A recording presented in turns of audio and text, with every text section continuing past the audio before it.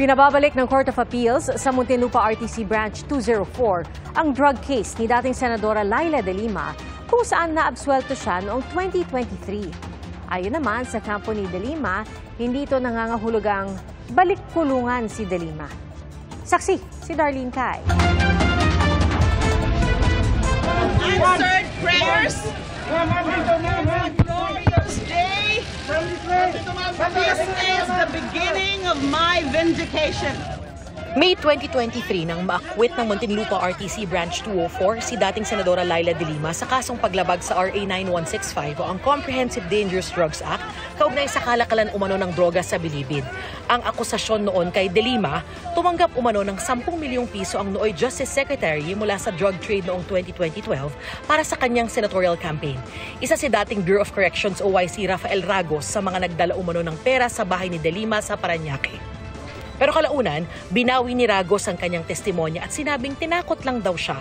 Sa desisyon ng Muntinlupa RTC Branch 204, lumikha ng reasonable doubt ang pagbawing ito ni Ragos, kaya napawalang sala si de Lima at kanyang aide na si Ronnie Dayan. May I say this to my oppressors? Pinagtibay ng RTC ang desisyon Hulyo ng taong yon. Ang Solicitor General naghain ng petition for certiorari sa Court of Appeals noong September 2023. Ngayon, lumabas na ang desisyon ng CA 8th Division. Iniutos na ibalik ang kaso sa Muntinlupa RTC Branch 204. Sa desisyon ng CA, sinabing ang tanging basihan lang ng pag-absuelto kay de Lima ay ang pagbawi ng testimonya ni Ragos. Pero wala raw detalyadong diskusyon tungkol sa mga pahayag na binawi ni Ragos, kaya mahirap daw intindihin ang rason sa naging desisyon ng korte. Bigo raw ang korte na sabihin kung alin sa mga pahayag ni Ragos ang binawi, kung ano ang epekto ng mga binawing pahayag sa mga nailatag na ng prosekusyon, at kung anong bahagi ng krimen ang hindi napatunayan. Sabi pa sa ruling ng korte na hindi raw ito maituturing na double jeopardy dahil ang pagpapawalang sala kay de Lima ay hindi valid sa umpisa pa lang. Sa isang pahayag, tinawag ni de Lima na katakataka ang desisyon.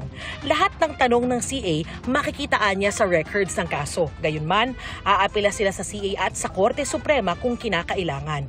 At dahil appealable pa niya ang desisyon ng CA, hindi rin daw nangangahulugan na wala ng bisa ang kanyang acquittal sa RTC. Nilinaw ni de Lima, hindi raw ni-reverse o binaligtad ang kanyang pag-absuelto. Kung hindi, pinapaayos lang ang laman ng desisyon na sa kanilang palagay ay hindi na kailangan dahil maliwanag ang desisyon ng RTC.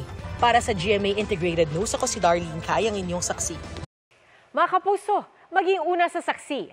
Mag-subscribe sa GMA Integrated News sa YouTube para sa iba't ibang balita.